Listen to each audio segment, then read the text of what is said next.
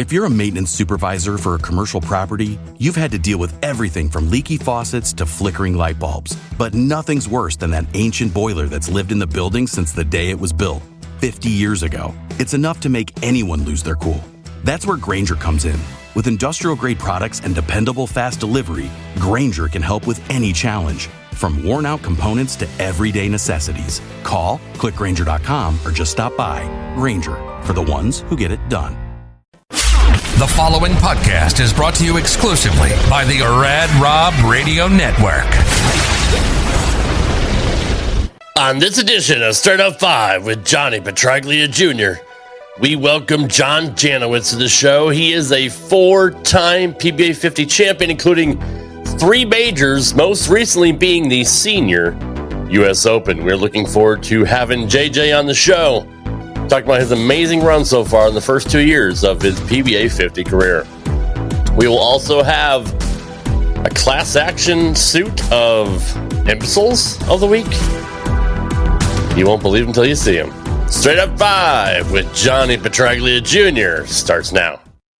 This is PBA champion Kyle Troop. Hey y'all, Jacob Ledger here. Jeff Riggles here from 11thframe.com.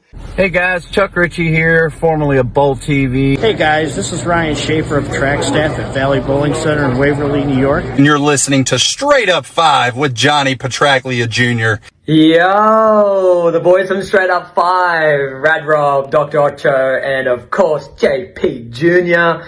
Pick it out. Fear the fro, baby. Welcome to Straight Up 5 with Johnny Petraglia Jr. A hard-hitting, in-depth, cutting-edge look into the world of bowling. This podcast will not only cover all things bowling, but will also give you a raw look into real-life issues. You'll get unfettered access into the mind of one of the most gifted bowlers of this or any other generation. Strike, and they claim it. Similarly, he does it.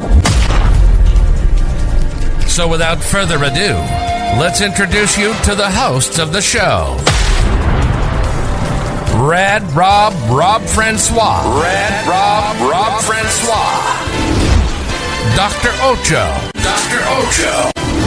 And the incomparable Johnny Petraglia Jr. Johnny Petraglia Jr. Hey guys, welcome back to Straight Up 5 with Johnny Petraglia Jr. I am your host, Rad Rob, Rob Francois.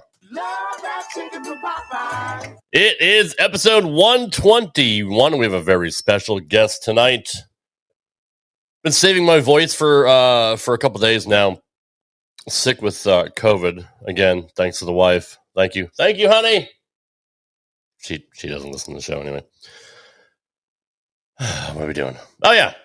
Hello, P-Cow, what's going on? P-Cow's in the house, Crambone's in the house, Chuck Ritchie, what's going on? Nico is here as always. But we have to introduce our very, very special co-host. Only one of them is here, so I'm going to get right to the meat and potatoes. The man with the name on the marquee. Everyone's favorite Johnny. Who may just have bigger guns than Ocho, actually. I saw a picture of them golfing from earlier today. I think Johnny actually has overtaken Ocho with the giant peaks. Regardless of that fact, I could see him smiling in the background. I know he's excited to bring in our guests, and we only have him for a short amount of time, so let's not waste any time. Here is Johnny Petraglia Jr. What's going on, JP? I'm going to give Ocho, you can hear me, right? Of course I can. I'm going to give Ocho some mad respect here the same way I would you. I don't have a wife, children, and I feel like I can contribute more time to like building this shit. That's fair. But thank you so much for that. It makes me feel so good. Meanwhile, I look at that pic, I'm like, oh my God, I'm getting smaller. But anyway, thank you so much for that fabulous intro, sir. And I could probably assume Ocho will join us shortly. Today, obviously, as you saw, was the first time Ocho and I have played golf since I went to Morehead State almost 20 years ago. Wow. So, wow. Yeah, it was hot. I mean, this was like, I know they always talk about the dry heat on the West Coast, but on the East Coast today, this was just like thick, muggy, disgusting hot that drained your body. So a lot of water today, a lot of Arnold Palmer iced teas, and that was about it. So you're either an asshole for not inviting him in the last 20 years, or he's an asshole for not accepting. Which is it? Oh no, it's actually kind of neither. Well, you were in Vegas for a while, so it's neither. He had actually reached out and said, "Dude, I finally have a day off. Apparently today is Juneteenth, which me and my ex-wife used to observe in Ohio like 15 years ago. Yeah. But apparently it's a thing here, and what a great day on the course today. Everybody that was on the golf course, which was totally loaded, was happy, fun, just feeling good, and just good stuff all around, man. And it totally carried me home. I could not wait to get here, and especially with the guests that we have tonight. May I say one thing before I bring him in? I know we have strict 1 hour. I already called Dave O'Sullivan, my old roommate from Morehead State, and the first time I ever even knew about this man was when Dave would tell me about the brilliance of his brain. And like you, me, and Ocho, we all always listen to learn. And we have the definition of class with us tonight. Like class, brilliance, everything all put together, we have him tonight.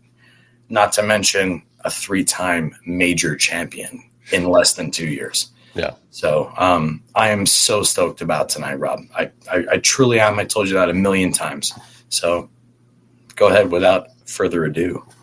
Well, we have to further ado just a little bit because, as always, I do have a very special highlight package from the man, our special guest, John Janawicz. So here is a sweet highlight package I put together of the one and only John Janawicz. Sounds.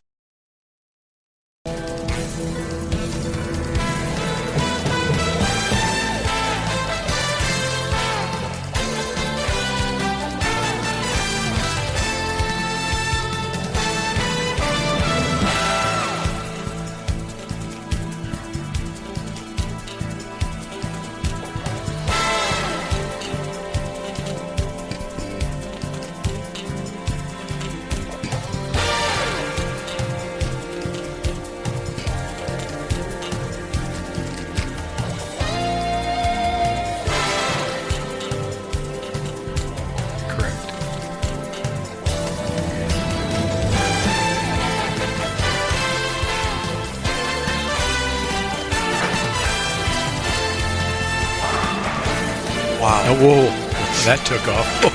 That was almost runaway Brooklyn, 204. That's more than 7. Yeah, it's more than 7, so it definitely forces the double out of Lenny. But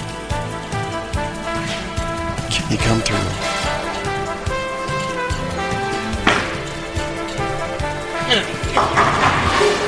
High again. And we have a new Senior Masters champion.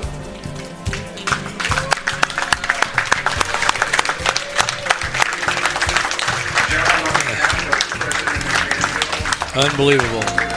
Hey, that's a good start to Rookie of the Year.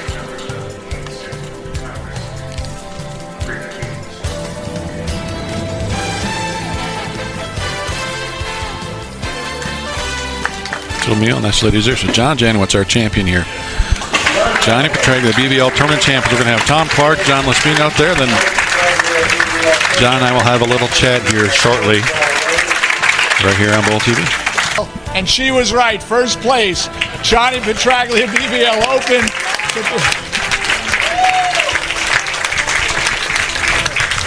From Winter Haven, Florida. He doesn't have to travel too far. Thank you. We couldn't afford shipping, so that's great. And with that, every dollar raised for BBL this year is in Johnny Petraglia's honor. Be generous, BVL.org. Let America's heroes know that bowling cares. What a stepladder. It was a great stepladder. I mean, with all the majors we had.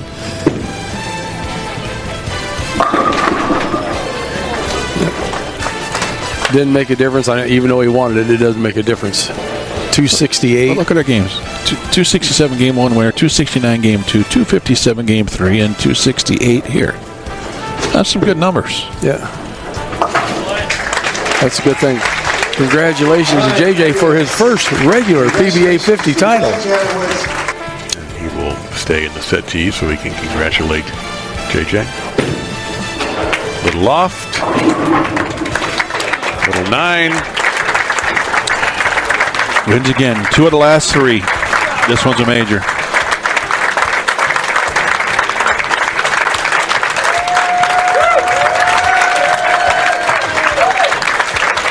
Kind words from Tom. Respect JJ has on this tour is immeasurable. Your winner of the PBA Senior U.S. Open in 2024 is John Janawicz.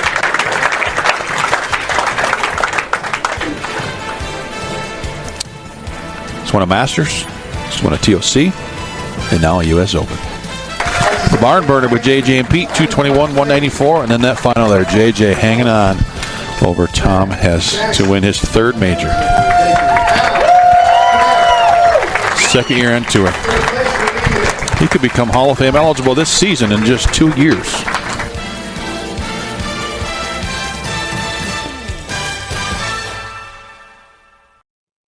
Ladies and gentlemen, the one and only Mr. John Janawicz. Good evening, John. Thanks for being here, brother. Good to see you, man. Thanks for having me on. I really appreciate it. How's it going, Johnny? How you doing, man? How are you, JJ? Good, man. It was good to see Dad too. A couple weeks ago too. So always a great honor too to win 2 tournaments with his name on it too. He's in the next room. He's watching the Olympics and he's like super into that. But I may drag him off the couch just to come say hi to you. So, very cool. So much. Thank you so much for being here, JJ. Go ahead. Yeah. Thanks for having me. So it's pretty cool to win not only 3 major tournaments, but also 2 tournaments named after Johnny Petraglia Sr. And to have Johnny's son here kind of brings it all full circle. But the BVL is such a great thing that Johnny started, and it's good to have your name tied to it as well, JJ. We were actually, I want to say we were streaming one of the nights. What was the night that was it Fort Myers? Or Clearwater when he won, Johnny? There was one night that we were streaming, and you were in the stepladder finals that night, I believe. Mm-hmm. Yeah. Absolutely. Yeah, for Clearwater? Yep. At the new Maple Lane Center in Clearwater. Well, actually not new anymore, but yes. That was the event I was actually supposed to be at, and things stopped me from being there. And gosh, I wish I was there to watch JJ win that tournament. And what better person than we have here to hold that crown. JJ, I know we've only got an hour with you because you are definitely a disciplined person, but I told Ocho, who will join us in a little while, and I also told Rob, the reason I'm so excited to have you on here is I like to listen to learn. So I have a couple questions, and Rob, do me a favor. If you have one, cut me off, and I'm not going to do a lot of talking tonight because this man right here, JJ, first I'm going to brag about you for a minute. I said this at the top of the show. David O'Sullivan was my roommate at Morehead State almost 20 years ago, and I distinctly remember him talking about JJ and talking about the brilliance. And I always use the word brilliance when it comes to you because your mind is so fast and so different than most people. And I want to take all of that. And Dave always said that about you. Man, dude, how are you so good? It's funny you mentioned Dave too, because I'm actually bowling a state tournament with him on Sunday, over in Lakeland. So we're going to, John's Maple Lanes at Orange, and then we're bowling at, the Bolero Lakeland. So yeah, I'm going to see him on Sunday. So we're going to bowl the whole state tournament one day. But as far as what makes you good, that's hard to say. I've from a physical standpoint, I kind of felt at a young age I had the ability to do this. But one of the things, and I've even talked about this in some seminars too, that I would give, and I've always been interested in the why. Why is this guy 20 pins a game better than me? Why is the ball hooking so early in this center and you can't get it down the lane? Why are guys that are throwing it hard or struggling this week, or, I've always been interested in the why part. And I've just always felt that, if you understand the why, and the more you understand about equipment, lane conditioning, what's beyond the foul line, and you start understanding ball motion, it helps you make better decisions of, when change happens. And I mean, and as change happens way faster than it did when I first started getting better, in the late 80s and early 90s. Lanes change so much faster. You've got so many more equipment choices now, and, I think you have to know all that stuff. And the more you understand about your environment, I mean, it just makes the decision-making process a lot easier of when to move 8 and 4, when to swing, when to change balls, when to use more speed, when to use less speed. And I think that's one of the things that helps me. I'd say probably more than anything. So let me follow that up then, because we see you loft the cap, go up the lane. We see you change balls in the middle of the game when you're on the front five sometimes. Obviously, your knowledge at Kegel is like there's nobody like you. That there's nobody that knows lane patterns or lane play more than you. Like, I guess my question is, when do you know what to do, and what do you like? Let's just take, for example, when you're wheeling the cap, Yeah. Okay. Or you change balls in the semifinal match or somewhere in the middle. Like, what are you looking for? What are you seeing ahead of everybody else that keeps you ahead of, I guess, the transition? It's a good question. I mean, one of the things I've just kind of learned over the years is, you as you eventually start chasing it left, like one of the things I would call like the ratchet effect, where eventually, you chase it left, and you get to a point where, at least for me, I know with my ball roll that I've learned is that I've got to go back to the right and go straighter somehow. And, there are kind of signs that, when you've got, ideally, you've got hold and you've got swing, and eventually you're going to get to a point where as you start continuing to kind of, inch your way toward the cap and over the cap, that, you're going to get the ball in a little bit and then it's going to blow right by it. And then, but if you get it there a little quick, it's going to overreact. And, at least I've learned with my game, maybe guys with higher rev rates can continue on and maybe there's a magic ball, but I just know that, there's a point where, you get to a point, you chase it, and then you've got to go back to the right. And you've got to find some way, to keep your angles a little bit tighter. And usually that is some form of, ball speed, equipment, lower flare, and or sometimes, loft, sometimes maybe even all three. So, and I think just through experience, you learn with your own skill set what you're good at and what you're not. Like I look at a lot of different bowlers. Some people are really good at loft. Some people are better at changing speed. Some people are really good at hand positions. I think you have to go with your strengths first, and then from there just kind of work your way down the line and try to find a way to sometimes make that ball fit in that slot, whether it's through spin, speed, some combinations of the two. And I think like those are just the things I've really tried to study a lot over the years, and that also helped too. I mean, all the years I've been with Kegel, I mean, it'll be 26 years next month. And when I started out working on the doing lanes on the PBA tour where John Davis had me go out, I mean, you look at the lane patterns, and so what's out there. The lane surface, so what's out there. And then, you're looking at the best bowlers in the world, and then you start seeing, how they attack this. You see the ones that are doing it right, you see the ones that are doing it wrong.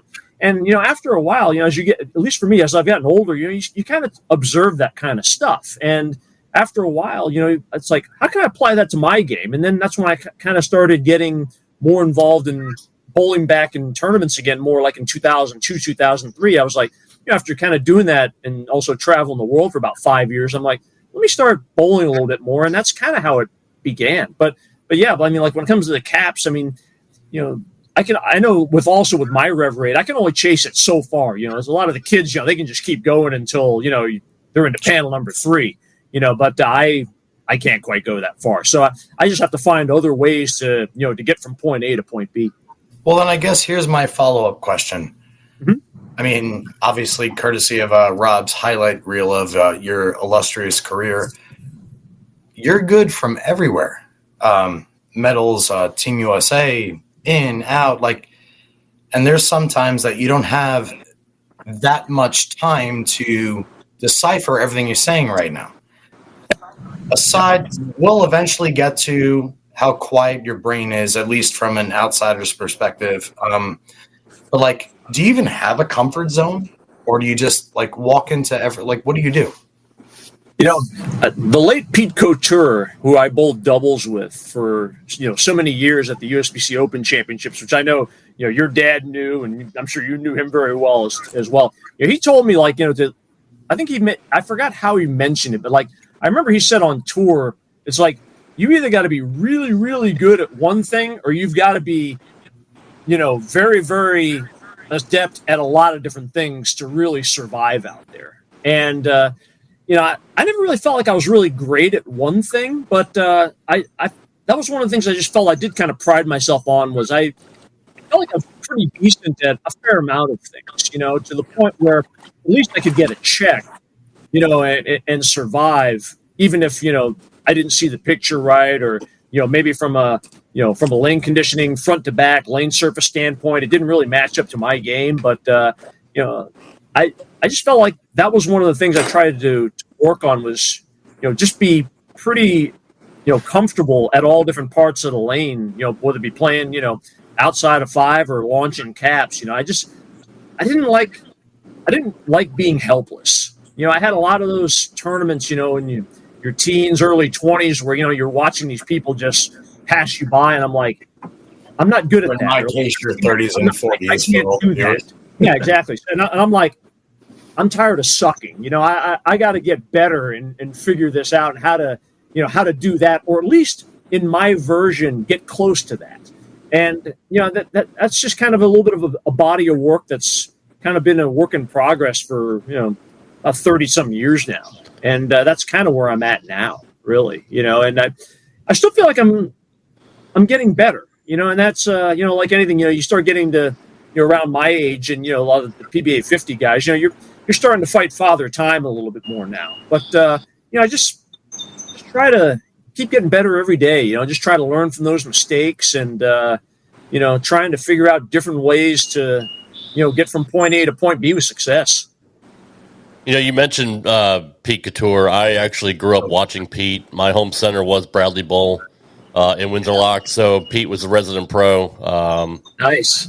What a great guy. I mean, really. Oh, he was awesome. He was. I hung out with him and his ex-wife Kim a lot, and just two great bowlers, but in and of itself. But it's just funny that you had that connection. I wasn't aware of you teaming up with him. Yeah, he was my doubles partner at USBCs for quite a few years, and loved bowling with him. Yeah, he was a hell of a competitor. So. He really was, and I think he was underrated by a lot of people. I mean, he was very, very good. Oh, yeah. I learned a lot from Pete. The one of the best, and one of the best people. God bless him ever. I still have old VHS tapes at good old mom and dad's house, and good old Pete Couture from the fro all the way to the we're rocking a danger zone. So JJ, speaking of that, a lot of our show has to deal with the brain and what happens in the brain. And you have, again, from the outsider's perspective, the best brain ever. You are so even-keeled, so steady. Every single person that's ever come in contact with you says the exact same thing about you. Tell us, do you ever get nervous? Do you ever get psyched? And how do you control it? As far as the nervous part, I mean, it seems like as I've gotten older, I tend to get less and less nervous. And, I remember there was a quote from Peyton Manning years ago that he said, pressure is what you feel when you don't know what the hell you're doing. And, I always, that really resonated with me. I got to write this down. Yeah, because it kind of made me think that, if you're really prepared, and just like I was mentioning, if you understand equipment, you understand lane conditionings, and you're really prepared and ready for a tournament, it makes things a lot easier, because, and I looked back at a lot of those tournaments, when I was in my teens and 20s, and, when I finally went adult and I started, bowling against, guys that were way more experienced and way better and had better skills, I was like, I started feeling the pressure because, I didn't have the skill sets to deal with, the problems that were in front of me. I didn't know how to handle the burn. I didn't know how to loft like some of these guys that were able to, get through the heads, especially when we were bowling on those old wood lanes that were still a lot around, in the 90s when I was getting better. And, I was like, man, I gotta figure out that skill. And then, then it just kind of continued to morph into that where I'm like, you watch this guy, I'm like, man, I got to learn how to do that. I got to learn how to loft the caps because, man, it sure looks easy for him. And then, you go back to your home center and, like when I was at Kegel, I'd, go to the training center and I'm like, I got to figure out how to, find a way to get straighter or, whatever it may be of those different scenarios. But, I just felt like, knowledge is confidence. So, the more that, you can understand about your environment in front of you and what you're throwing and understanding ball motion, to me, it just brings a lot more calm to when you get in those pressure situations or, when you get in those step ladders and you've got to make quick decisions where, all of a sudden the lane's starting to fall apart and, you got to make a decision. Well, like I said, if you kind of understand your equipment and you understand, the ball motion of what's happening and that transition, it helps eliminate potential choices. And, the more potential choices you can eliminate, you're going to find success faster. You say all this so gently, like it's so easy for everybody. Like, I guess my question here is, Christ, what I want to dig into JJ's brain so hard right now. You do it so nonchalantly. And I guess, like, are you thinking about all of that when you're bowling to a point that the nerves or the excitement are almost second nature? Like, that's the first thing in your brain is, I have to do this. I have to do X, Y, Z. I have to figure this out. Like, because there's a lot of people, including myself, like, I love playing the gutter. And I love playing the fifth arrow. Right. You throw it straight up 10, not straight up 5 for all of our viewers. If you ask me to throw it straight up 10, thumb in or thumb out, I'm dead. I can't go this way towards the pins. And I try it very, very, very often. I can't do what Mike Scroggins does naturally. Right. You seem to do all of it.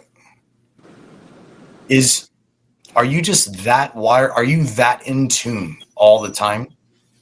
I guess you just I like to just look at the lane as, okay, this is the puzzle. How do I solve it?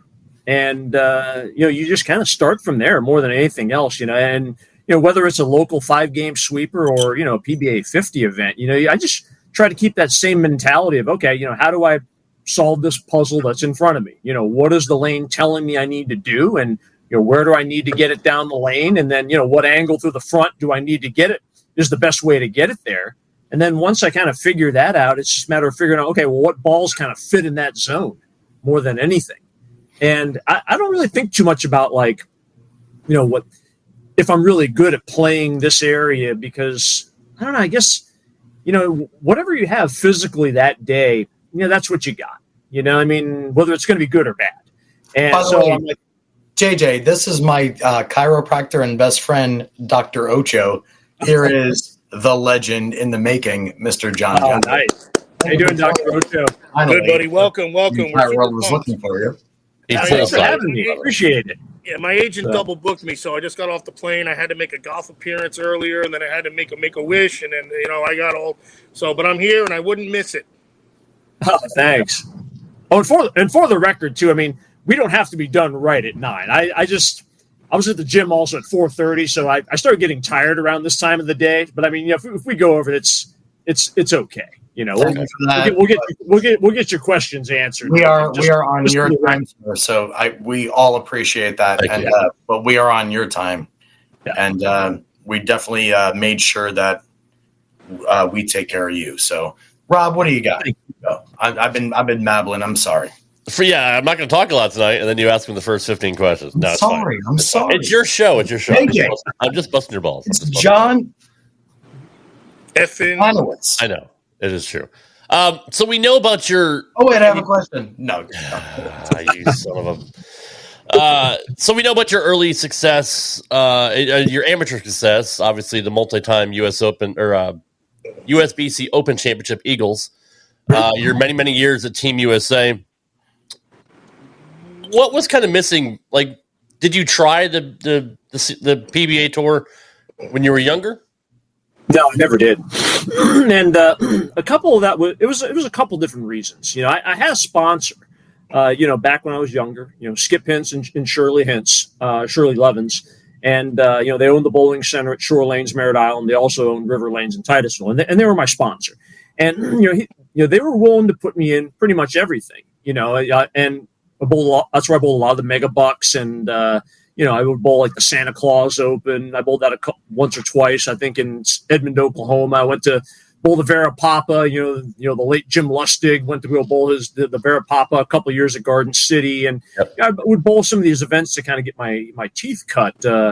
Trying to get better. And one of the reasons also I didn't go on tour was, like I said, Skip was willing to put me in a lot of these events, and at the time, that was like, you were going into like 96, 97, in that area. Well, if I remember correctly, that was around the time where ABC or the PBA lost their TV contract with ABC Sports. Yep. And at around that time, like in the summer tour, I do remember like in some of those summer tour events, they were paying like, $16,000 first. And, it was a tough time for the PBA. Sure. And, at that time, that was like right around the peak of the mega bucks, to where, I could bowl the rollers for $200,000. You had the International Eliminator in January for $100,000. You had the Super Bowl high roller for $100,000. You had the Super Honky for $100,000. So, it kind of just made more sense to, get my teeth cut on in this before I go out on tour. Right. But then, when I was 23, I hurt my back bowling. And I'll never forget it. I think it was December 19th, 1995. And I was subbing in league, and I threw this one shot, and I felt this, sharp pain go right up my spine. I was like, like, what the hell was that?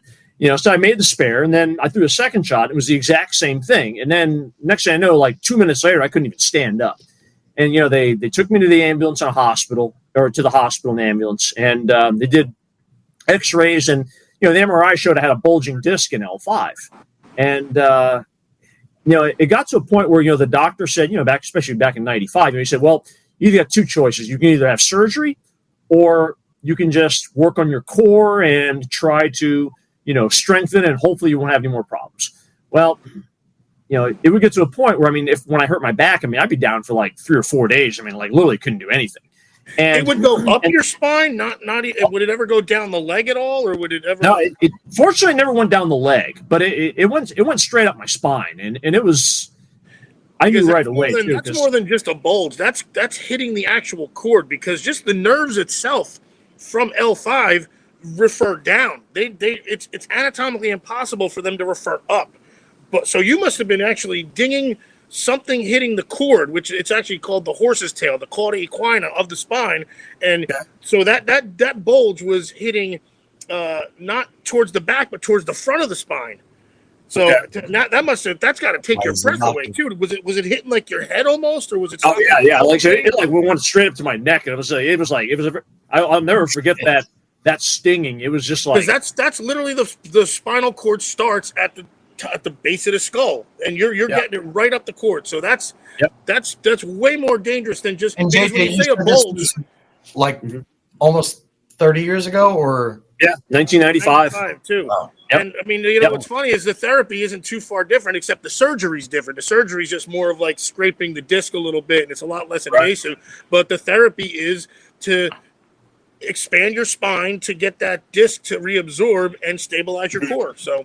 Right. Because like I said, the MRI showed bulging disc, and I had friends at that time that had back surgeries, and they never the same. Couple of them, especially back in like 1995, I'm sure with the technology there, they were never really quite the same. So I was like, I'm just going to do some, try to strengthen my core, get to the gym. Well, it still bothered me, off and on over the years. And it bothered me a lot, especially at that time sitting, and at that time, when the PBA Tour had, 32, 36 weeks out of the year, I'm like, there's no way I'm going to survive, 42 games a week, plus then driving another 500 miles or whatever. I'm like, as much as I wanted to do that, I'm like, this is probably not going to be realistic. John, could anything else replicate that pain? I mean, sitting, you were probably stiff, sore, achy. Hang on, it wasn't replicating that same pain, was it?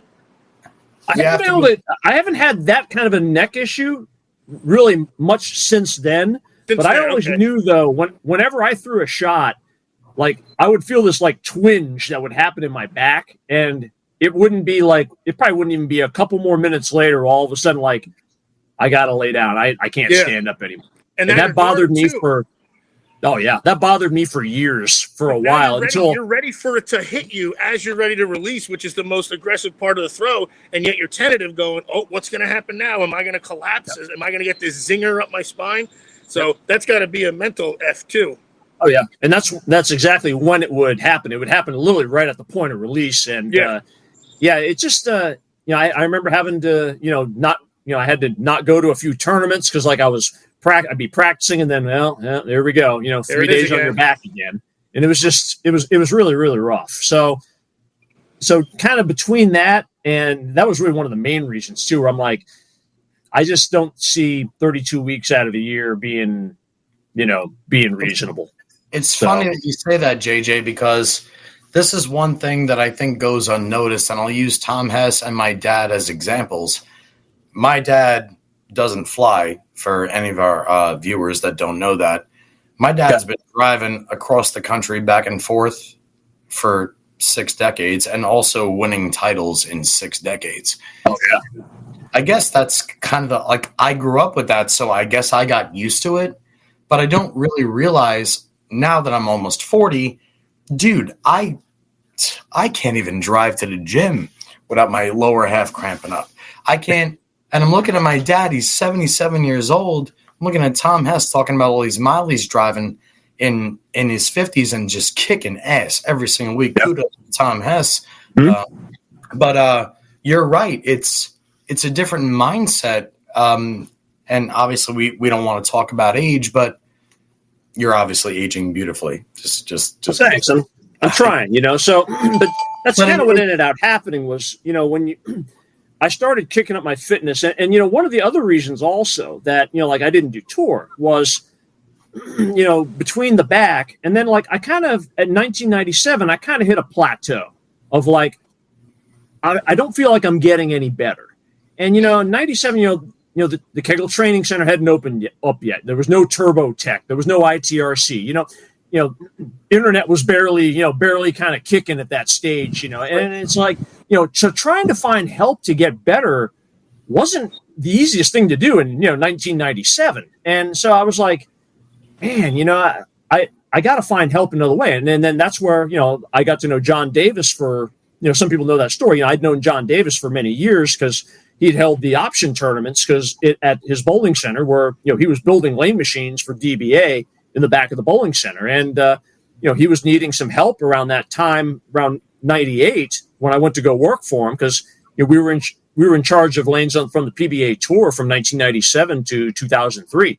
And I was like, I've always been fascinated by lane maintenance. And I'm like, maybe it would be a cool job to have. And, maybe I could learn a little bit more about bowling through, watching some of the best in the world. And so kind of the combination of the back, not getting better, and all that stuff was just kind of how it led me to. You became a student, really. So time out. All the viewers, one of the best in the world is watching the best in the world. There is no plateau ever. Always keep digging all the time, especially the kids watching across the world. JJ, I have two physical questions for you because from what I observe. Number one, I actually have to stand up for. Everybody that knows you watches this. When you're aiming, we see the top, and then we see your rate, right? Yep. Mm-hmm. What are you doing? Basically, what I'm doing, too, right? Yeah, I'm doing two things actually, and it kind of evolved into like the pre-shot routine, and it was kind of more something that I kind of developed just through practicing at Kegel, because one of the things that I've had problems with is like, I guess you kind of call it the carry angle, like when your arms are by your side, that angle of your forearm tends to stick out quite a bit. Well, if I tend to want to push the ball straight, but I think as a result, one of my biggest problems is wanting to push the ball to the right, which then, causes the swing to come behind your back and then loop out, which is, especially in, 2024, that's like the death loop now, when you got to try to go left to right. And Les Malotte's devil. Yeah, exactly. He's got the right loop. That's the wrong one. Well, that's always been my big problem. So one of the things that I do is I do two things when I hold it down. Is one, I want to make sure that this forearm stays straight. So I kind of have that picture in my mind, so that way the swing can go straight up and down, or at least straighter than it would be if I try pushing the ball out. And the other thing too is I try to visualize also like, where I want my hand at the bottom of the release more than anything. So I kind of get preset my hand in that position. And then from there, once I kind of, make sure everything's straight and then have the hand preset, just lift the ball up and then, target down the lane, target at the arrows, go. Thank you. And my second question is, Craig Elliott on Bull TV was talking about the hesitation step. I think it was at Pappas's place. Obviously, we know Brett Angelo when he had the mega stop, and now he doesn't stop at all. Yeah, he's talking about how, and I actually watched this.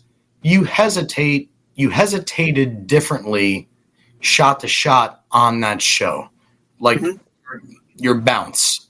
Yep. Is that all timing just to get everything exactly where it's supposed to be, or are you actually like doing that for a reason? Like, does that make sense? Yeah, that's something that's kind of developed a little bit more recently, which it was more for timing, but also that's also kind of one of the ways for me, which I don't know how successful it is, but it's one of the ways that I also kind of manage ball speed, because I'll move up and down and back on the approach based on how much I want to throw it, because I've kind of been of the theory that if you're taking smaller steps, you're getting less momentum going to the foul line. So the ball speed is going to gear down to some degree. Now, I'd be lying if I said I knew, I could do that and go exactly in half-mile-an-hour increments, but it's slower for me. And for me, that's kind of how I manage it. And also when it comes to the how much of a pause, usually for me, I feel the bigger the pause is when I'm trying to throw it even slower. When there's less pause, or there's no pause, then I'm trying to just throw it normal speed, or a little bit firmer, because I'm trying to make sure the feet get going faster and get more momentum going to the foul line. Rob, fair enough. That makes a lot of sense. It's no matter who we have on the show, bowlers have such, what's the word I'm looking for? Especially at the top level, like you, John. You have such a good head on your shoulders, right? And you're John, no, not John, no, Mr. Janawicz, not Mr. No, this John, yeah. No, you do have a good head on your shoulders, Johnny. You're all, like Johnny said, you're always even keeled, down to earth, but you guys kind of see the game differently than most people, especially when you're at the pinnacle level. And another guy we have quite often on the show is Troy Lint, who obviously was the Player of the Year last year. Oh yeah, and amazing last year. Mm-hmm. Absolutely. And short of the run that he had, if he didn't have that run, you would have been Player of the Year and Rookie of the Year. So it's just it's almost kind of like how Simo had such a great year last year, but EJ was so much better that any other year Simo would have had it too. But any other year, I think you would have had Player of the Year as well. And seeing that you're both U.S. Open U.S. Open champions is really, really cool as well. The commentators on your last win made a great point. You're almost Hall of Fame eligible 2 years into your PBA 50 career. Does that really sink in? Like, have you had a chance to kind of sit back and say, wow, I've been on the tour for 2 years now. I have 4 championships, 3 majors. Is it surreal, honestly, or has it really sunk in yet? Is what I'm trying to say. Honestly, I don't think I've really thought a whole lot about it. I mean, it's cool now. Like when you mentioned, I mean, it is cool to know that you're getting close to meeting the criteria. But I mean, it's I just try to get better each day. You just try to learn from your mistakes, and just that's one of the things that just kind of keeps me going in bowling is that fascination of wow, why you get the field playing in this part of the lane. Now they're playing a little different. Now the second block of match play, more guys are playing in, and wow, now they're playing, now I got to use completely different balls and different skill sets. I got to throw it slower. That stuff's fascinating to me. And I'm always trying to learn from that and be smarter. And that was like one of the things when, years ago, like I would be bowling tournaments and I'm like, man, this guy throws it great. Man, this guy repeats unbelievably good here, and I'm like, he's way better than me, and he can repeat better than me. But in order for me to beat him, I'm like, I got to find other ways. I got to be smarter, and that's kind of part of like where I, was very fascinated about lane maintenance, fascinated about bowling balls, drilling, surface preparation, I may not have the best specto data of some of the guys that are out there, but, like as Johnny, in this day and age, you can have great specto data, but if you're 6 inches away from the land of milk and honey, I tell you what, you're going to have a really bad block, and your score ain't going to reflect it. So it's all part of lane play and throwing it well, spare shooting. It's all a big part of the pie.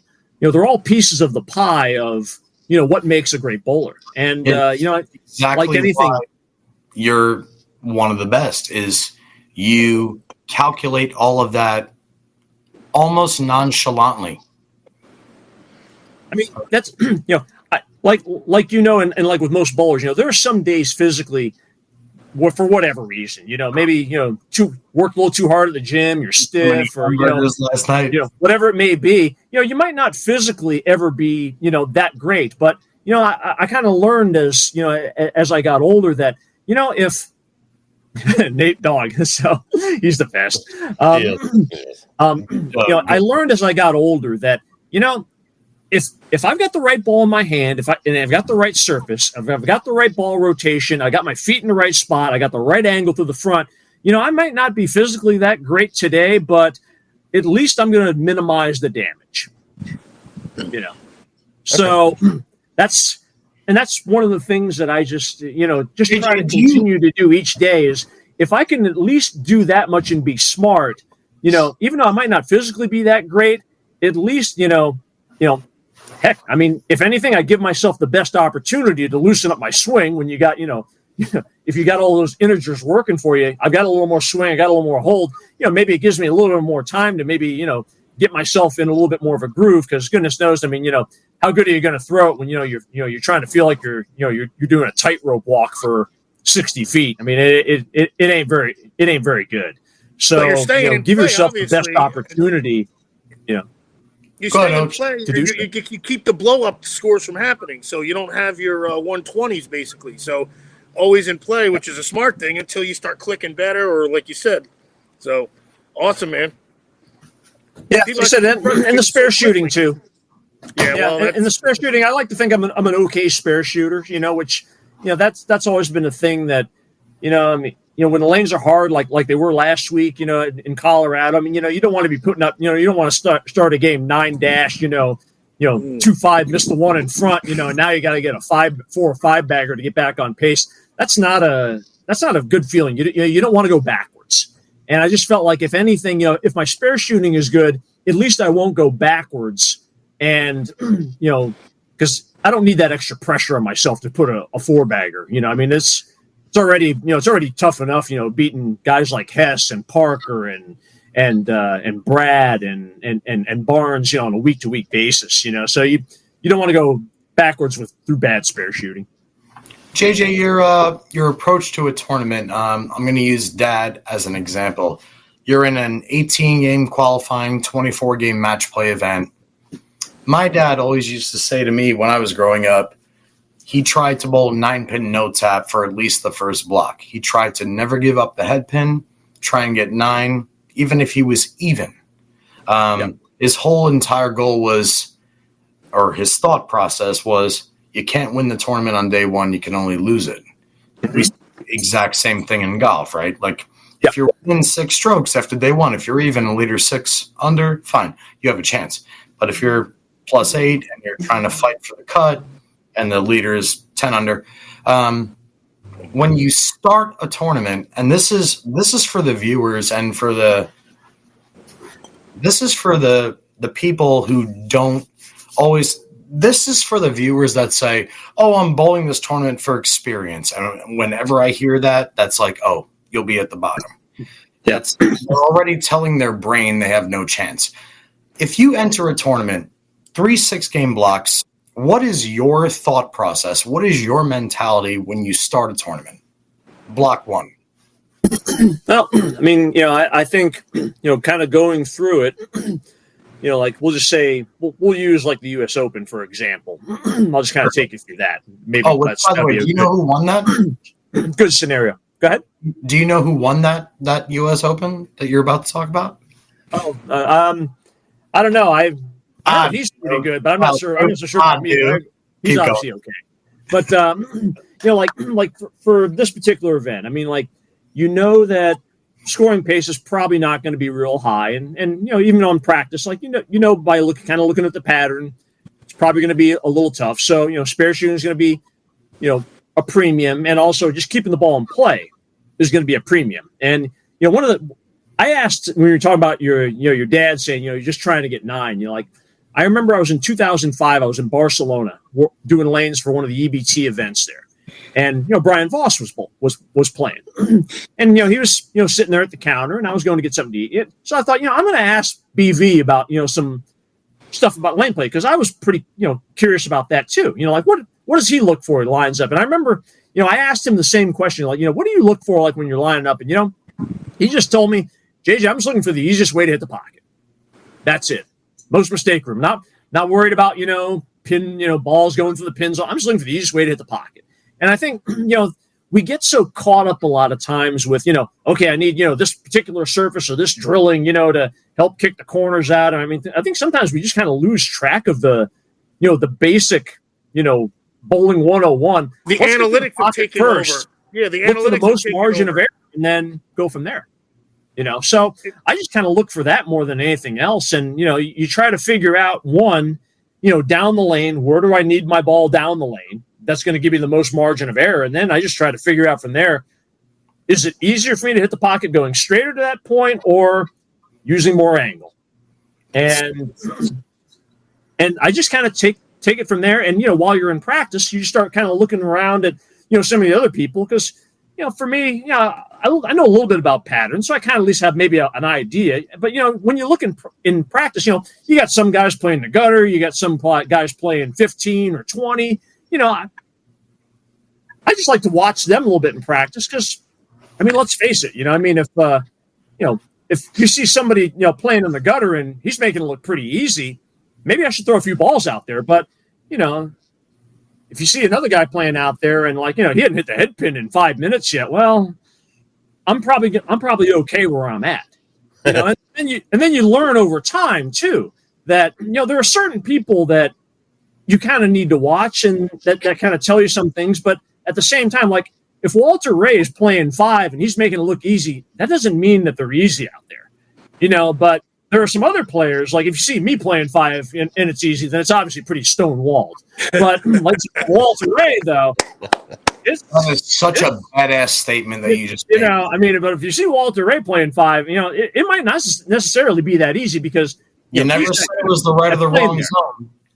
For him, it's just Duke was another one too, where if you're playing up, if he's playing right up 2-3 and he's shooting 230, it doesn't necessarily mean it's easy out there. He's really dang good at that. Go ahead, Ocho. What do you have for JJ? No, that was it. I was just thinking, because he said, sometimes you just got to take your head out of your ass and get to the basics. And, I mean, it sounded like you were almost floored by the simplicity of what Voss had to say. And I was going to say, do you think the analytics have almost done too much to the thought process? Because, I mean, still, people are using them and they're learning with them and, trying to get that tilt in the ball and the rev rate to a certain thing. And it's helping their game. But, you guys never had all this stuff until recently, like you were saying before. So for you, has it complicated it, or is it another tool that you can utilize? I mean, it's like anything, when it comes to the balls, I mean, are they important? That's the other thing. I mean, are they important at the highest level? Absolutely. They're very important. But, having the magic ball is important, but I think, what's more important is knowing when to get rid of it too. I mean, you can have the right ball, but if you're in it too early and you're in it too late, I mean, that's not what makes you great. I mean, that's, it's a matter of time. Hey, Johnny, how you doing? Speaking of great. Congratulations. First you win the bookends, now the Open. That's great. That's so you just bowling tremendous. Really, really wonderful to watch. Thank you, Johnny. Really appreciate it, especially coming from you. Like it's been a good ride so far. I can't complain. You just try to keep riding the wave and keep going week after week. Yeah, and just to explain that when I said bookends for the public out there, that's because you won my tournament 2 years in a row. Yep. So now you got bookends wherever you put them. That's just yeah. Yeah, I got the one trophy sitting here. I haven't brought it to the office yet, but I've got them in. I got one at Kegel, and I've got one here in the condo. So, what's next? Where you heading? Actually, I'm leaving on the 30th. I'm going to Pittsburgh because I got to. Morgantown is the next stop, and but I've got to bowl USBCs on July 6th and 7th. So I'm doing a round trip from Pittsburgh to Vegas to bowl USBCs, and then I'm taking the red eye out because we bowled the 7th and Morgantown practices, I think, the 8th. So I'm taking the red eye out, send to go to Pittsburgh, and then drive over to make the afternoon practice session. So, that'll be next for me. But, I got USBCs. It will be the next, national event coming up for me, and then Morgantown. And you will bowl Bill's tournament in Virginia? Yep. Yeah, that one. That's a biggie. That's a big tournament. And then, have you been to his house yet? I have not. I didn't make it there last year, but everyone that's gone there says it's absolutely awesome. I'm going to make a point to make it there. And Bill told me when I saw him at the stops a few weeks back that they're like, you got to try to make it up, And I'm like, I'll make a point to make it to his house this year. Great, that's great. John, I guess I'll let you do the rest of your interview, and congratulations again. You're all tremendous. Great job. Thank you. Thank you very much, Johnny. Really appreciate it. You know what, JJ? Yeah. Earlier before you got here, JJ was talking about the grind of the tour, and I brought up Tom Hess now and you for driving across the country all these years and still kicking everybody's ass. They're kicking ass, that's for sure. Yeah. Legend right here. Legend. That's all I gotta say. Oh, thank you. Yeah. My son. Yeah. I agree with him, JP. I agree with him. Ocho gives you the nod also. Thank you, Butch. All right, buddy. Take care, guys. I'll talk to you soon. Thanks, Johnny. Appreciate it. Good to see you. Mm-hmm. See you, buddy. Mm-hmm. Man, take care. We love you, Johnny. Thank you for that. Sure. Mm-hmm. It was awesome. But, kind of like what we were talking about earlier, like when we're talking about the equipment there, Doc. Yeah, right. No one to throw it away, too, because the magic sometimes rubs off when, things change a bit. Yeah, I mean, and especially, nowadays, like when, even with the seniors, I mean, obviously they don't change it as fast as the kids do, but I mean, still, we're still moving a fair amount over the course of, X amount of games. I mean, still, even just in my 3 games, on the show, I mean, I moved, I think, like 6 or 7 over the course of those 3 games, so, I mean, you have to get to, that, with certain bowling balls, you're going to get to a point where it's done. Yeah. You know, and I think that's where, you know, I try to spend a lot of time at home, you know, at Kegel, and also, you know, when you start understanding the balls, you know, you talk to ball reps, and you know, you just have to try to figure out, you know, what these balls are good for. You know, like what zone of the lane is it good for, and then, you know, at what point you got to be ahead of it. You know that it's going to be done. Yeah, you know, you can. And throw whenever you know that you're getting to that point, or you're getting close to where that, you know that, okay, this ball isn't going to start working, you have to start thinking, okay, well, what's next? Right, but if you're too late, then you just lost 4 frames, and now you're like, okay, I was just on a plus 20 pace in this game, and now I'm minus 30, and you know, made the move too late too. So they definitely put the brain and the physics back in it. I don't think JJ's approaching it that way though, based off it. Correct me if I'm wrong. That's what he's saying. He's saying know when to put it away, and like obviously you gotta be ahead of it. That's all he's never thinking about. From what I'm gathering, he's never thinking about. Steve Wilson said in the 1994 interview at the Long Island Open, there's no defense in bowling. We've heard it a million times, but I distinctly remember that when he ran the ladder and then lost to Amleto in a roll-off. Forest Green Quantum versus Nitro R squared. Fine, doesn't matter. But in his interview with Schenkel and Bowe, he said there's no defense in bowling. I feel like that's your approach. You're always thinking about what you have to do to take care of what you have to do. Forget who else is around you. Forget what else is around you other than the elements presented to you. And you seem to harness them better than anybody. Dude, you told Kegel last year, I would like to go on the senior tour. And you're a 3-time major winner and 4-time champion in less than 2 years. I mean, I owe Kegel a lot for them to allow me to be able to do this. I mean, God bless Kegel for allowing the world to see your talent other than what everybody already knows. Thank goodness for Kegel, and God bless and you for all your pattern designs and everything they do for the sport. It's so badass to me, dude. Sorry, I'm fanboying as I do every week. Sorry. It's all right. So to kind of go off of what you were talking about, I mean, is it that simple? Like Ocho said, do people try to put too much surface on the ball, or they have to bring 8 balls with them because they need to pick the right one? I mean, is it that simple of, do I need to play straighter? Do I need to swing it out? I mean, do people kind of overthink things too much nowadays? I mean, it's easy to overthink. I mean, you know, the game's more complicated now than it's ever been. I mean, you know, you've got more equipment choices now than ever, and you got to have a science degree to be a bowler.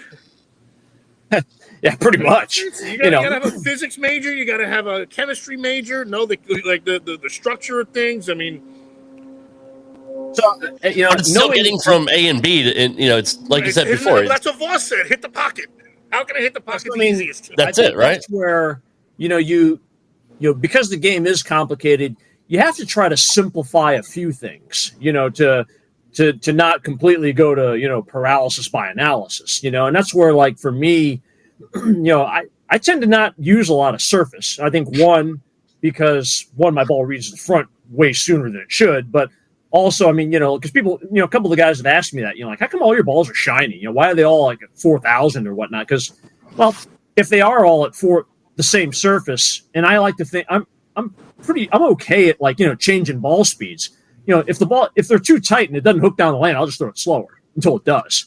And, you know, when the surfaces are all the same, it's a little bit easier for me to be able to kind of figure out, okay, if I'm going from one ball to the next and the surface is the same, sure, makes it a little bit easier to analyze. Same thing with, like, layouts. You know, like, I got basically two basic layouts. I got a, you know, 70 by 4.5 by an 80, a pin down layout, and then I've got a, you know, 65 by 5 by 35, a pin up layout, and that pin distance will vary a little bit depending on how strong the ball is. You know, in your pin, like, under, based off your pop, are you under the ring and, like, based on my axis point, it's kind of like underneath the ring is like the pin down drilling, and it's kind of like above the ring for the pin up. Got it. You know, but, you know, I try to, you know, angle, like, similar angle though, right? Yeah. From top to bottom. Oh yeah. The angles are basically the same, you know, so because, you know, when you're looking at bowling balls, I mean, you got all these different covers, different cores, you know, if the drilling is the same, at least you can go, okay, you know, we've eliminated that option. And since I've got most of the surfaces the same, well, now I know now I can definitely see, you know, what's in the DNA of the ball is the cover slower now? Is it definitely longer and sharper? Is it rounder? So I'll know the differences between these two balls by eliminating, simplifying the surface and the layout part of it. So, and that's just kind of how I learn, okay, that's what this ball does for this. And then, when it comes to being at a tour stop, if you know that, the differences between the balls by simplifying the layout and the surface, well, then when you need to drill something at a stop, it's a little bit easier to make an educated guess. Because, that's always still a guess to some degree. But, at least now I've eliminated two things. So now, okay, now when I go to the truck, I can go, yeah, I probably need this, this differential, stronger ASIM, or, I need a lower flaring, symmetrical, that's a little bit stronger than this ball. It just try to eliminate variables more. That's genius. That's absolute genius. That's brilliance.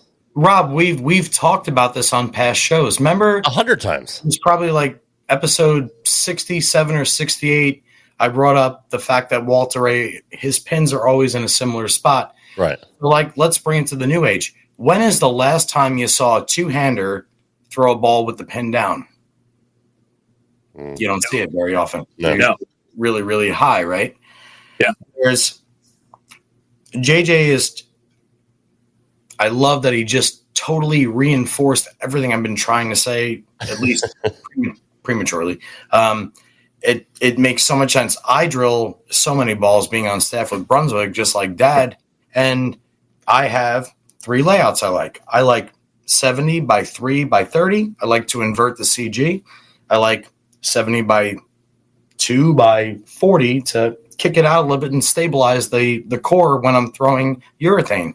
I like very, very specific layouts, and everything from there is all about surface adjustments. I feel like because if the surface is wrong,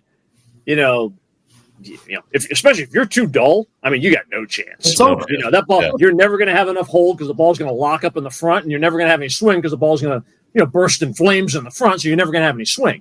And if you're too shiny, that's not good either. However, like I said, for me, I'm comfortable with throwing it slower, so I'll just keep gearing down, and at least by having your balls at 4,000 or with less surface, you can still throw it slower and maintain your angles. Where if you're too dull, you can't throw it slow and you can't maintain your angles. So that's kind of like I said, part of the theory of trying to line up more than anything else. If you need to stay straighter, you can't do it with 500 grit. It just and if you try throwing it harder, it's still going to lock up, and then it's going to go even straighter down the lane. So that doesn't work. That's why like I said, for me at least, for my game with my ball roll, less surface is always better in the vast majority of cases. Rob, we learned something new. Check, and then it's 8 after 9. Are we good for a little bit? No, we're fine. We're fine. We're fine. We won't keep it too much longer, but no, we're fine. That is. If you got more questions, that's fine. Yeah. Okay. To me, that's brilliance. That's until 1 a.m. I'm sorry. I said I would shut up. I'm sorry. To me, Johnny, that's genius. And like you said, to eliminate those two things, surface and your layouts, exactly what each ball should be doing, and based on what you're seeing on the lanes and seeing the transitions and the patterns, you pretty much have a good idea of what you can go to. And by hand manipulation or changing ball speed, you kind of just it's almost like you narrow into, or you pinpoint it quicker than most other people, because like you said, if your ball's dull, you're gone. Yeah. To me, it's easier too. Yeah. Where if you think about it, if I've got my stuff at 4,000 and I'm throwing it slow and it still doesn't slow down the lane, well, okay, they're probably pretty tight. Now I need some surface, right? At least But if I'm kind of stuck in the middle, well, is it the core? Is it the cover DNA that's causing it to be too early? Well, if the surface is 4,000, I know it's if it's still early, it's either a bad lane surface or just the cover is just too gluey, too much glue in the cover. And that goes back to most people over-complicating things. I'm wondering is why don't most bowlers, especially at the top level, have the same kind of opinions that you have on that? that seems pretty straightforward. Is if you can eliminate two of the variables, it helps you get ahead of it quicker. Yeah, because it's the same thing like with bowling balls. I mean, like, if I'll just take, for example, like for, in the Brunswick line, I mean, like, if you got a theorem that's drilled, 65 by 5 by 35, and you're trying to compare it to a widow that's drilled 30 by 4 by 20, how can you tell really the difference between the two balls? I mean, can you really tell? I mean, but if they're drilled the same and they got the same surface, well, now you can throw them both and go, oh yeah, that's, theorem's, 3 cleaner and, more angular down the lane and that's the kind of stuff you need to know, where if you're going from one ball to the next, you need to kind of know whether it is, is it like for your game, is it 3 more? Is it 5 more? Is it, that's the kind of stuff that you just kind of need to know. And so, but if you got too many layouts and you got too many surfaces, you can't tell. To me, I'm not smart enough to figure that out. So, I mean, maybe some people are, I'm definitely not. Well, I mean, that's, we learn something new every show. I mean, that's kind of, to me, that is next level. I mean, to me, it's absolutely. This is worth it. So we gain knowledge from champions for a long time. Forget about the fact that this decorated gentleman's earned 3 majors since telling Kegel I'm going on the senior tour 2 years ago. Forget. Actually, they didn't tell them. Actually, Chris said, we want you to do this. And okay. Well, I'm sorry. That made it even better. Yeah. Well, that was my next question is that how you decided to go on tour? It was suggested to you? Yeah, I mean, actually, like I said, I didn't have a plan on going on tour. I mean, I was just going to use my vacation to like maybe bowl Senior Master, Senior US Open. But our CEO Chris Chartrand, I mean, he knew that he knew my story, and he basically told me like, we know this is something you've always wanted to do, and we want to give you the time off to be able to pursue this. And I'll always be forever grateful for Chris Chartrand and also, so many other people at work that help cover for me, like Don Agent, Doug Dukes, guys that cover for me, in my travels where I have to take care of lane maintenance. So, I mean, I'll always be forever grateful for them. But I mean, yeah, like I said, that was, Chris came to me and they wanted me to bowl the tour. So, I mean, heck yeah. Otherwise I would probably just, been out a couple weeks for majors and that would have been it. JJ, totally off the wall question. Mm-hmm. Kendra Cameron Curry is one of my idols for my entire life, and she was the first person to like you being a guest on tonight's show. And all of my friends that know you love going out to dinner. Yeah. What's your favorite meal? I thought it was off the wall.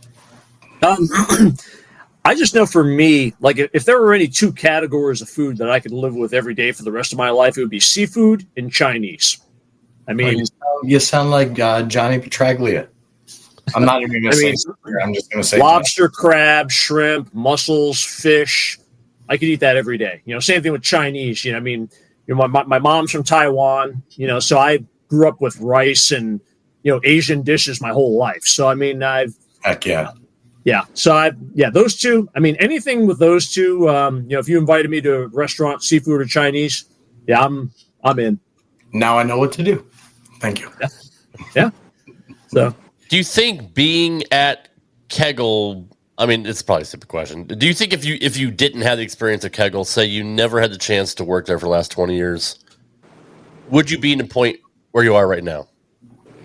I mean, that's a tough thing to say. I mean, I obviously would have been a bowler, but I think about that here and there. I mean, would I have the knowledge of, would I have gotten the knowledge through bowling, more knowledge through bowling tournaments? Yes, but I would probably say probably not.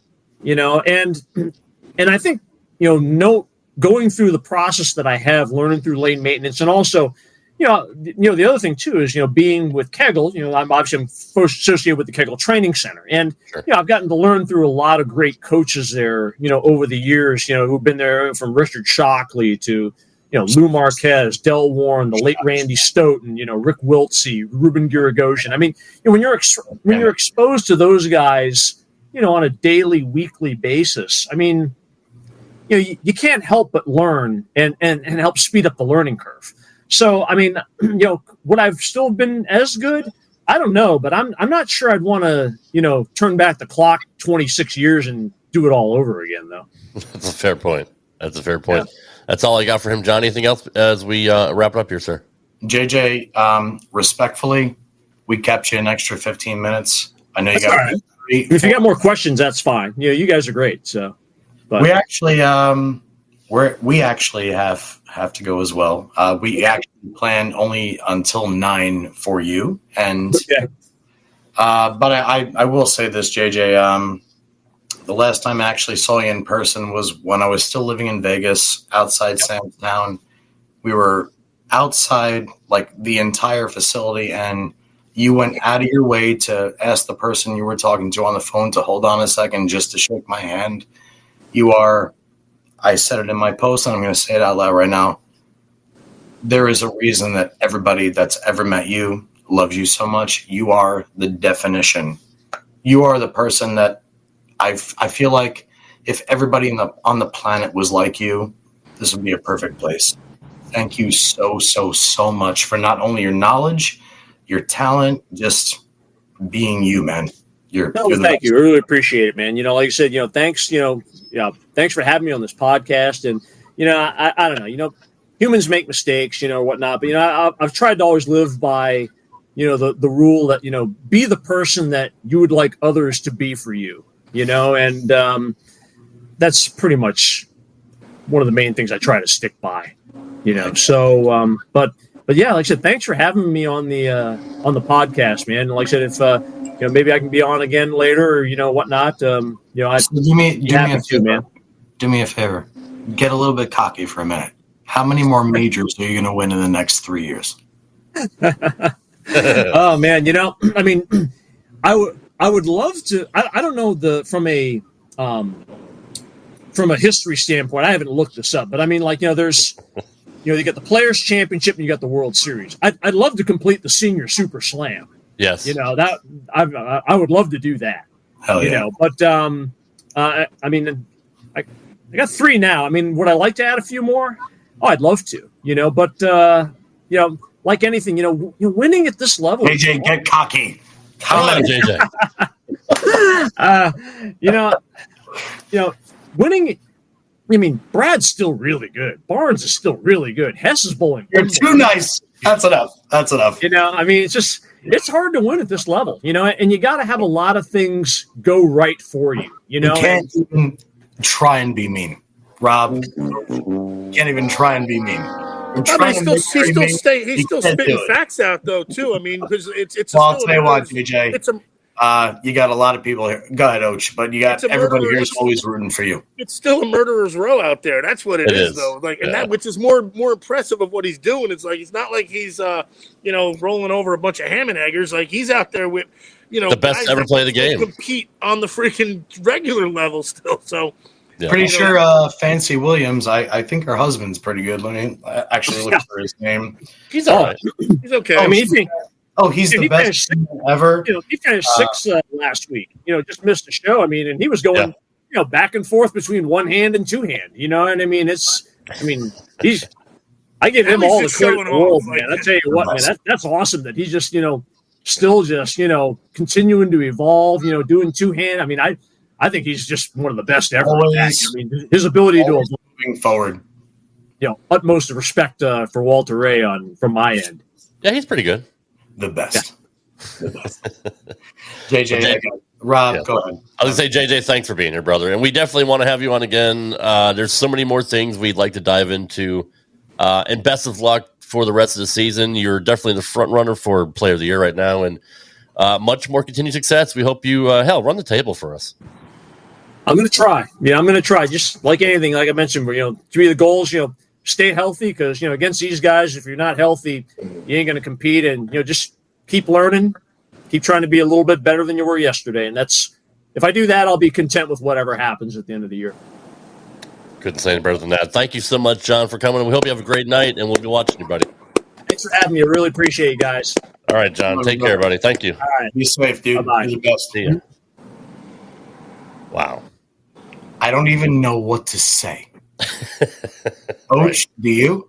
I'm It was so freaking normal, so normal too. Like we were just. His brain is like your guys' brain. It's always operating 10 clicks above everybody else, and he's so gentle and perfect. He's perfect. I can't even curse right now because he makes me not want to curse without even saying it. He's perfect. Cripes. Do we have a fucking asshole for the week? Yes, we do. Apparently there was a plethora. It's time for everybody's favorite segment. If you guys don't know how to use a seatbelt, just ring your call button and Tommy will come back there and hit you on the head with a tack hammer. You know, Lloyd, just when I think you couldn't possibly be any dumber. Here's the imbecile of the week. Some people are really stupid. Kind of feel bad doing this now with just having JJ on here and how classy he was, but let's get into the imbeciles of us, man. Come on, we're classy. We're classy. The imbeciles of the week. We all remember this happening to Ryan Barnes when he fell over the line. Oh no! Yeah, I didn't even see that. You didn't know about that? Okay, well what happened? By the way, he's not the imbecile. No, Ryan Barnes is not the imbecile. Just in case you all think, no, this man's badass. Show us, Rob. We think he walked out of the settee area and got his foot wet because he ended up sticking and falling over the foul line, but got back up to finish the spare. But what really the issue is, guys like this, the post said that Ryan was tough as nails because he fell over the line, got back up and finished his spare. So we have a guy like Joseph Castro who says it's bowling. It's not that deep. All right. Or how about Brett Wolfram? Two-handed. Go back to the first one. Sorry. I'm going to be nice to Joseph because he's holding a baby. Okay, no, it's popcorn. This is a bag of popcorn. Brett Wolfram said two-handed fairy skip has his ups and downs. Brett. Take this post down, Brett. It gets better, Johnny. Okay. Brian Lee says, try normal bowling, dope. 3 fingers. I guess I should try it too, Mr. Lee. Wait a minute. Remember this. Selfish people don't care about you unless you're doing something for them. Oh, cool. Hey, Apparently Brian. he likes stuff with 3 fingers. You're being a selfish dick right now by catering to your own demands. So do me a favor and take your post down. I don't even want to be mean. I'm trying to be like JJ right now. No, I know. Aaron DeBoard says, but throw the bowling ball already. I love this fucking picture. Love his face. Is he the star from House of 1,000 Corpses with Chris Hardwick? I think so. He says that Ryan Barnes throws the bowling ball like a 5-year-old girl. You find me a 5-year-old girl that throws it that good. My daughter throws it two-handed, but I'll send it to the Olympic trials. She throws it over her shoulder. She launches it, but she is two-handed. So I'm just throwing it out there. Oh God! Let's see here. What we got now? Joel Bauer says that's what he gets for throwing two-handed. What? Tripping over the fucking he deserves to almost shred his knee. Joel, the 67 assholes that laughed at it. Fuck all of you. Yeah, fuck them too. Yeah, it's good. Well, some of the laughs might be because he's a douchebag, so you never know. Yeah, that's true. If you're a douchebag. That's fair. Jared Schubert, who doesn't want to put a picture up there. I feel like we need to reevaluate what, quote, tough as nails means to whoever made this video. All right, so hang on. Before you keep going, take this. Pull it down, Rob. Okay, sure. I think the congregate average of those 4 people is 201. Okay. I think you give him a lot more credit than I would have. I think they complain about the approach or that the bowling alley is too hot or too cold. Those are the people that stand up in league meetings and say, no. Like, sit. We didn't vote on that. I don't give a shit about what we're voting on. Just sit there. We're all here bowling. Those are the guys those are the guys that make league opening night late. Is that fair enough, Ocho? Very much so. It's supposed to start at 6:30. We start at 8:30. Ocho. Wait a minute. We have a text message from the one and only best friend, Ms. Stephanie Sheridan. Hang on. Let me read this out loud. I didn't realize that he was standing with Walter. That's a good point with Fancy. Stephanie, before I read this, am I allowed to read this to everybody watching? I'm not going to text you back. Just give her like 2 seconds for the delay. If I get the okay, I'm going to read these 2 text messages. Is that cool? Okay. Sure. I'm just going to wait. Can we? Yes. She wrote yes. Okay. Joel Bauer. Put some game show music. Walter Ray, who also can and does throw it two-handed. Joel Bauer in a picture with Walter Ray, who does and also throws it with 2 hands. The irony. My stars. And Fancy Williams, who happens to not only be one of my favorite humans on earth, also happens to be married to. Get this shit out of here, man! You can't see me. Get Bend down. For those of you who don't know, Fancy Williams, who happens to be married to. Oh, I already said this. She's my favorite person in the world, but also happens to be married to the greatest. Said the same thing. And she commented. Now you can pull up the shit. Steph, love you, and we love Eric, and everything about you is perfect. Hey, Joel. Let's see. I'm sorry. Let's move on to the next one. Sean Jackson says, wow, my hero. Never saw such a miracle. Apparently you can tell the sarcasm. I like this dog, though. Keep going. It is a cute dog. Doug Morey says, that's what happens when you leave your slide foot shoe cover on, let alone two-handed. None of those things ever happen. Well, I mean, one of them is two-handed. It's happened to me and everybody that's bowled at least once. So Doug's okay. Ed Droid. Apparently he's very serious about it. He had to put in caps. What do you get for bowling two-handed? Bowl like man, Karen. Means bowl like a real man, clown. So he's great at punctuation. I want to know what happened with the caps lock and punctuation. And I don't know. I love your phone, Mr. Droid. And he bowls like man Karen. I've never bowled like a man Karen before. No. That's actually a bowler that I know. Rob, you are on fire tonight with the pieces of shit surrounding this sport. These are probably the same guys that want bowling alleys to close. This guy couldn't help but puking from laughing so hard at him tripping over the fly. He's saying stop, but like that means he's watching. We'll leave Andrew alone. We'll leave him alone. I get it. No, but hold on. No, wait a second. I don't get all right, go on. He could just stop watching it. It's not like somebody is putting it on freaking a loop in his bedroom. That's fair. No, that's fair. Like, stop. I'm gonna puke from laughing. Okay, scroll past it. You won't laugh anymore. No, that's a good point. That's a really good point. So that's just, and nobody's really spitting out their coffee or puking from laughing. It's not like there's no way they're going.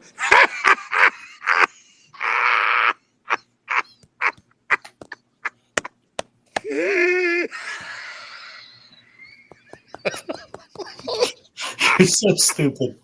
You're so stupid, dude.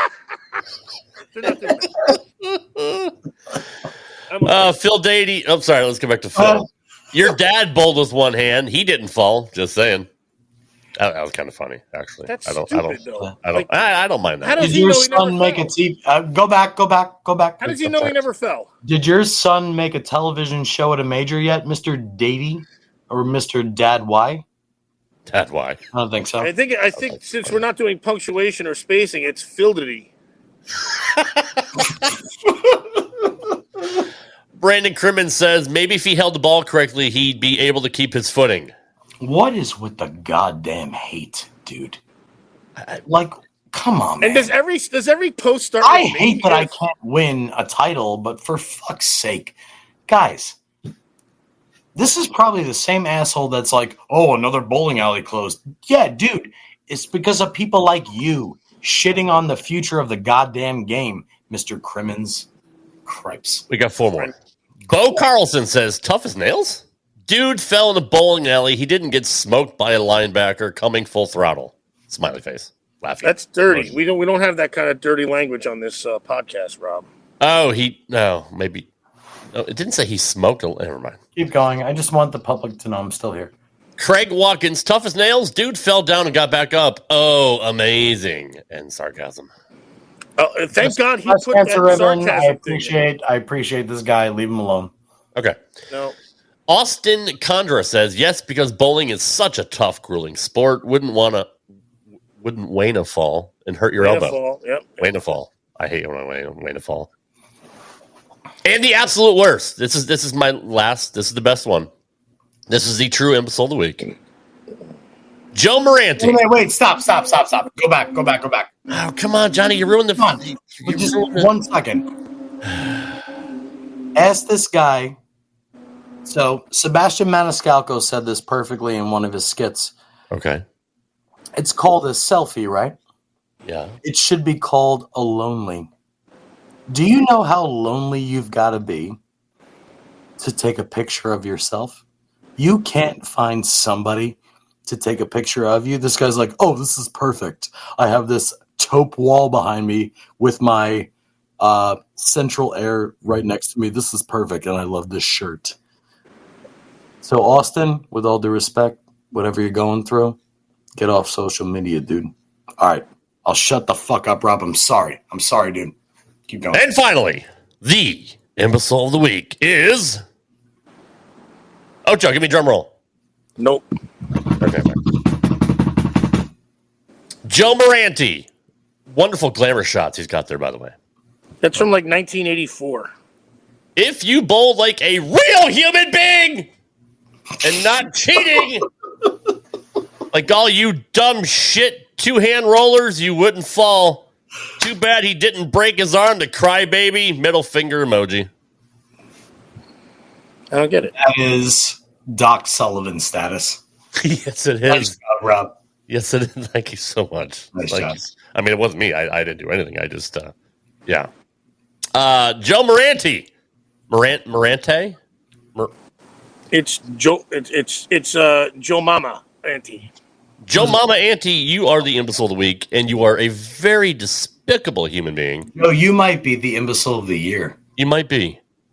To wish a young man would fall and break his arm just because of what? College hero, son of a PBA legend, and future Hall of Famer in his own right, who dedicates his entire life to his one fucking craft. Joe, you are a piece of shit. Fuck you, Joe. Yeah. Rob. That's all we got this week, sir. Nice job with that piece of shit. Buddy. I appreciate it. What a show we had tonight. That's fantastic. Top to bottom. Ocho poolside, late, doesn't matter. He's still here. Top to bottom, no less. Ocho. He didn't phone it in. He iPadded it in. But I mean, double booked, man. Yeah, no, it's fair. My agent did. Johnny, what do you got to say to wrap up the show here, brother? Oh, merchandise. Talk about our merchandise coming up. No. Well, we have a deal that's coming up. What do you mean? We have some merchandise, but we actually have to get on that call 3 minutes ago. We do, yeah. But I guess the last thing I will say is I knew tonight was going to be a great night. Rob, I hope you're feeling better. Ocho, thank you for a great day on the golf course. And I guess if you're going to take anybody that's still here, if you're going to take away anything from tonight, listen to what JJ said. Try and bowl against the pins and yourself, and try and keep yourself steady Eddie and do what you have to do. Try and find a way to hit the pocket always. Like that's all I got. And as always, Rob, thank you for a great show. And I think my arms are almost as big as Ocho's. I'm going to flex one more time. Actually, my chest definitely is because it's popping out the top, but boom, oh, shit. I just don't have the peaks yet. You're getting there, though. You're getting there. It's and you need to ask Mrs. Ocho to shave your goddamn shoulders. Yeah, dude, we got Manscaped as a sponsor. What the fuck? Why shave that shit, dude? Do we? We do. Did we cheat him? I do. Even Amanda thinks the same. And Amanda said I was Amanda, I'm not a legend just yet. She wrote before two legends, and I figured she was talking about me and JP, and I'm like, that's very nice of you, Amanda. I'm talking about JJ and Rob. She's talking about JJ and Rob. Oh. Yeah. I do. Guys, thank you for hanging out tonight. We will be back next week. We appreciate all your support. We love our fans. But we do have a plans next week. We will make an announcement on our merchandise deal. We got merchandising. We got some good stuff in the works. Baseball's the coloring book. Baseball's the t-shirt. Spaceballs, the flamethrower. Kids love this one. The whole world is out to get you. Good night, everybody. We'll see you next week. Take care. Peace out. And Joe Mama. Sullivan. Seems right. I think Doc's off the hook for now. I think. Fuck him. He's still a dick. Okay. Thanks for listening to this edition of Straight Up 5 with Johnny Petraglia Jr. You can follow the show on Twitter at Straight Up 5 Pod. Follow Johnny Jr. at JPJR07. Follow Rad Rob at Rad Rob Gaming. And follow Dr. Ocho at the Dr. Ocho. Got a question for Johnny? Send your questions to straightup5podcast@gmail.com. We'll see you next time for another edition of Straight Up 5 with Johnny Petraglia Jr. Right here on the Rad Rob Radio Network.